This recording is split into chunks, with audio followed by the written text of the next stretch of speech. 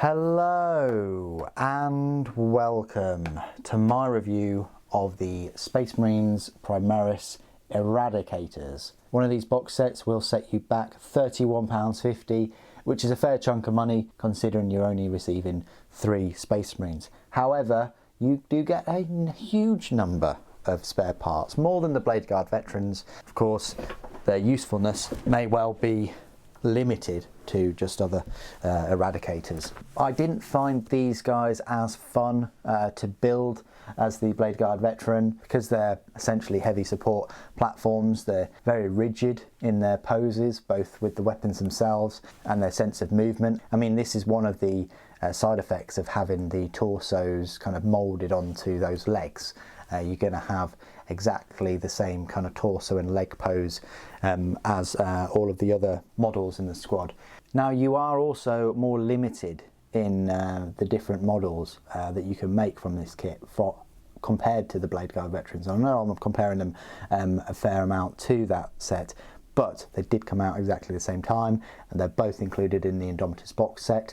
This set, more than the Blade Guard, there's a stronger argument for only getting 3 of them, and then putting them with your 3 Eradicators from the Indomitus. We'll have a look at those models in a moment, but the point I'm trying to make is with the Blade Guard at least, you can make another 3 that look totally different but still carry the same weaponry, and you've got options there of having them as sergeants, lieutenants, captains, whereas these you can only make them as Eradicators, either with the heavy melter rifles, which mine are equipped with the multi-melter, or with the normal melter rifles. Now, they do give you a few options for the melter rifles, but there is a caveat, and that is that this melter rifle Eradicator will always look the same. He's always either going to be carrying the melter rifle like this or the heavy melter rifle. The sergeant, there's a number of options, and this guy, I know he's got the multi-melter, but there's also a number of options for him as well. Speaking of which, let's have a closer look, and we'll start off with the sergeant. So here he is with his sergeant helmet. He's looking at his little iPad 40,000 or whatever it is in there, and the blinking lights. He's holding his heavy melter rifle there. A really nice touch that Games Workshop have done for these models is they've got cutouts for the trigger, so the hole goes all the way through, and they've also hollowed out the melter rifle barrels, which is amazing when you think about it. I don't think I've ever seen this happen before, but yeah, you can see all the way through those, whereas before, I mean, even on the ones that you get in the Indomitus, I know I'm showing you right now, they're not hollowed out, look. Attention to detail, fantastic, and I know it's just an extra bit of build by attaching the tip there, but it's worth it to see all the way through. Yeah, they're in the standard Gravis armour, what you'd expect. If you're getting the heavy melter rifles, the main difference are these big cabling to the ammunition feed there, but on top of that there's a nice touch with a little trinket as well. So yeah, that's the sergeant with the heavy melter rifle. This is the guy that you'll be building that will look the same. I've given him this extra lens incorporated to his helmet. Again, moving forward with this heavy melter rifle. No trinket this time, and the Gravis armour showing these big cables at the back. But still nice to have one sort of moving forward. You don't get that much with heavy weapons. And then finally, this one, probably my favourite, he's just vaporising a tank right now with this amazing multi-melter, which has been given a bit of a rules buff. The cabling goes right into there, and you can see this big chamber there to power the multi-melter. Fantastic. A load of cables there, 4 it seems. Yeah, very power hungry, obviously a big multi-melter weapon like this is. And I must say, I thought I'd have issues with all these cables lining up, but if you follow the steps in the live stream video, you shouldn't really have any issues. And I tell you what, it's a lot easier than the old metal weapons of old that Games Workshop used to make. They just gave you normal Space Marines with a metal power pack or ammo pack and a metal heavy weapon, and yeah, it was so difficult to get these weapons to line up to the ammo pack behind. It was almost impossible, but those were the days. Anyway, we've moved on from there, and we've got these, and I think they do look pretty decent. There's enough variety in changing them compared to your Indomitus Eradicators, and even if you're going to use them in the same group, they're going to look very, very intimidating on a battlefield. So, spare parts then. This set, I don't know why, but Games Workshop have decided to bundle in no less than 20 heads for a box set of 3. It's way more than you could ever want or need, and the thing is, they give you 2 sergeant heads. If you really want to make 2 sergeants out of this, you get a number of these helmetless heads, which aren't too bad. I don't mind them. I'm not sure why they're wearing the respirators and things. Maybe it's something to do with the gases and things that these weapons give off, or when they're melting stuff, it's a bit more added protection maybe. That's my only kind of thoughts on that, but they don't look like they're incorporated into the helmet. I mean, sometimes you see some of these Primaris with like face masks or whatever, which the helmet just seamlessly integrates and it's one with it, but these don't seem to be the case, because as you can see, the helmets have these extra side parts to them. You get a number of pouches. I don't think I used any pouches, but you get a huge number of them. So if you're into pouches for your intercessors or your assault intercessors, this is the way forward, because yeah, there's many of those. But all kinds of helmets, they all look exactly the same though. You know, you're getting a few helmetless heads there. There's 3 of them, 4 of them, 5, 6, 7, 8. So you've got 8 spare helmetless heads there.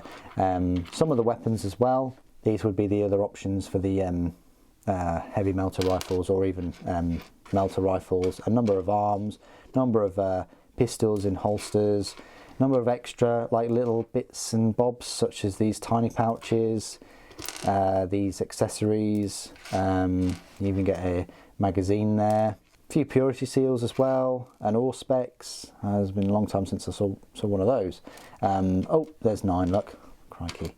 Finding them as I'm going along, aren't I? I do like this Eradicator holding the magazine. Is just swapping them out. I think if I did get another set, which for me there's no reason to, because I've got the 6 now, but if I was, I'd definitely have the one changing the magazine, and I'd have the other 2 as just normal melter rifle Eradicators. But there we go. So they're all the spare parts, a decent number, more than the Blade Guard veteran squad, but again, probably not as useful as those extra power swords and pistols and things, because the heads can only really go on these aggressor models. Speaking of which, here are the Eradicators from the Indomitus set on the right. So they're all equipped with the melter rifles. We've got a helmetless one here, which I'm of the opinion does look a bit out of place now, but both of these were in good poses already, blasting away, and then this one kind of striding forward a bit. But if we mix and match them and put them in the unit, then yeah, you know, maybe if you put it like that, then yeah, they do go very well. They fit seamlessly, I think. You've got a decent number of and as I said before, bear in mind, if you do get another 3, you're going to have another one of these that looks just like this, but without the cabling. Maybe it's worth it having the helmet off for the next one that you're going to be making moving forward. But yeah, he's going to be the odd one out, because he will have a twin. Just putting that out there. So they are aggressors, so they are pretty big. Let's do some size comparisons. Firstly, I just want to do a size comparison with one of the Blade Guard, which I've recently just mentioned. So here is a Blade Guard compared to the Eradicators. As you can see, the bases are the same size, but height-wise, the Gravis armour is just a bit bigger, and they're more intimidating. And I'm not sure which is more intimidating, really, a massive shield and a sword, or a massive melter weapon. I mean, they're very intimidating, both of them, but I'd probably say the Gravis armoured Eradicators are more, but you know, it's up to you on that one. But they are a bit bigger, a bit bulkier, a little bit more of a presence than these Blade Guard. Blade Guard do look like intercessors with fancy armour with swords and shields, whereas the Eradicators, yeah, they do have this big bulky Gravis armour. Interesting fact though, Gravis armour just offers them a toughness 5, whereas the Blade Guard veterans, they have a 3+ normal, but the Storm Shield gives them that 2+, and they have that invulnerable 4+. So a bit more survivable in terms of save, but not in terms of toughness. Then we have the usual 3 models that I like to compare with, and yeah, next to this Eradicator, it's absolutely, yeah, it makes me want to find my multi-melter Devastator and just show you a size comparison next to both of them. I think I'll do that later on today. But there's Slime Marbo, and there is an Intercessor. Intercessor is just a little bit shorter than any of the Gravis armour Primaris out there. So the next thing left for me to do is just go through all of the rules for these Space Marine Eradicators. Now, I did actually go through their rules back when Indomitus dropped, so I will take this opportunity again to go through their rules too. You'll find them in the heavy support section, very bloated section of the Space Marine army now, but presently which section isn't for Space Marines. They are a power points cost of a 6 and a points cost of 40 points per model. You're going to have to pay an extra 5 points each for their heavy melter rifle and 10 points for the multi-melter. So this unit of 3 is going to set you back 140 points for 3 models, which is, yeah, a huge amount, even for 3 wounds each, but they are only getting 3+ saves. Well, let's talk about that now. So the unit consists of between 2 and 5 Eradicators with 1 Eradicator Sergeant. Movement speed is 5 inches, weapon skill and ballistic skill are both 3+, strength 4, toughness 5, 3 wounds, 2 attacks, leadership 7 and a save of 3+. The Eradicator Sergeant just has 1 extra attack with 3 and a leadership of 8. If the unit contains 4 or more models, it has a power rating of 12. Every model is equipped with bolt pistol, melter rifle, frag grenades and crack grenades. So bolt pistol works as normal. It's not even a heavy bolt pistol. It's a range 12-inch, pistol 1, strength 4, AP 0 and a damage 1. So let's discuss these in order then. So if you're going to equip them with the melter rifles, then it's a range 24-inch, assault 1, strength 8, AP -4 and damage D6. And each time an attack made with this weapon targets a unit within half range, that attack has a damage characteristic of D6 + 2. So that's quite nice, you know, so you're getting a minimum of damage 3 and then it goes up to 8. The heavy melter rifle is what it sounds like. It's instead of assault 1, it's a heavy one. Same strength, same AP, but the damage is now D6 + 2. So for the melter rifle, that's nice that if it's within half range, you're getting a minimum of damage 3. Now with a heavy melter rifle, that's damage of D6 + 2. So you're getting a minimum of damage 3, up to a possible damage 8. But it gets better. Each time an attack made with this weapon targets a unit within half range, the attack has a damage characteristic of D6 + 4. So that's up to possible damage 10. For the heavy melter rifle. That's horrific. Conveniently, not conveniently to be fair, the rules for the multi-melter aren't even listed there. And it's the same story for the Devastator squad. I think it's really lazy for Games Workshop not to include the weapons that the unit can take in that unit. It is really, really lazy. There's no excuse. It should be in there. It's appalling. They show bolt pistols and bolt guns, which, yeah, appear so many times in the book. In my opinion, they definitely should have included the weapon profiles in these data sheets. And they do such a thing for other armies and other codexes, such as Death Guard. Even more of a reason to do so is if their weapon has changed from the previous edition, which the multi-melter has. It's been made much better. It's a 24-inch, heavy 2, strength 8, AP -4 and a damage of D6. And each time an attack made with this weapon that targets a unit within half range, that attack has a damage characteristic of D6 + 2. Now, this is where it's a bit poor, because yes, you're getting 2 shots, but you're getting a maximum damage there within half range of possibly 8. Whereas if you're going for the heavy melter rifles, you're getting 1 shot less, but you could potentially get damage of 10. However, I do think that the heavy melter rifles and the multi-melter look better together rather than you put a multi-melter in with the melter rifles. War gear options. All of the models in this unit can have their melter rifle replaced with 1 heavy melter rifle each.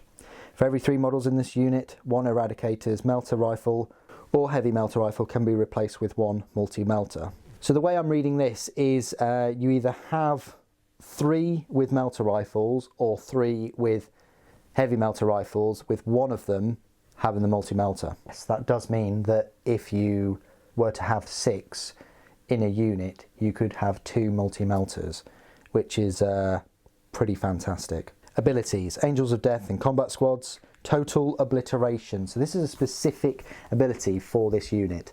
In your shooting phase, each time this unit is selected to shoot, if it has not advanced this turn, it can unleash total obliteration. If it does, select one enemy unit. Models in this unit can shoot twice in this phase, but they can only make attacks that target that enemy unit. Can only make attacks that target that enemy unit, and only if that enemy unit is an eligible target for those attacks. So that's quite straightforward in terms of it can pick an enemy unit and it can fire twice at that enemy unit, but only the enemy unit. So you can't fire like once at one enemy unit and once at a completely different one. It's just firing twice at that one, which is horrific, you know. So although they are quite pricey at the 140 points, they can be firing twice. So double the damage output. And that's the thing that really sets them apart. And I'm wondering whether these guys were the ones that took the ability away from the Repulsor Executioner. Keywords: Imperium Adeptus Astartes, Infantry Corps Primaris Mark 10 Gravis Eradicator Squad. So there you go. That's my review of the Space Marine Primaris Eradicator Squad. Still a very, very decent unit. Space Marines have recently become extremely shooty. You know, you could go for a very, very kind of shooty army. You could have the Eliminator squads firing from 36-inch range with their las fusils. You could go with these Eradicators, and you can also go for Hellblasters too.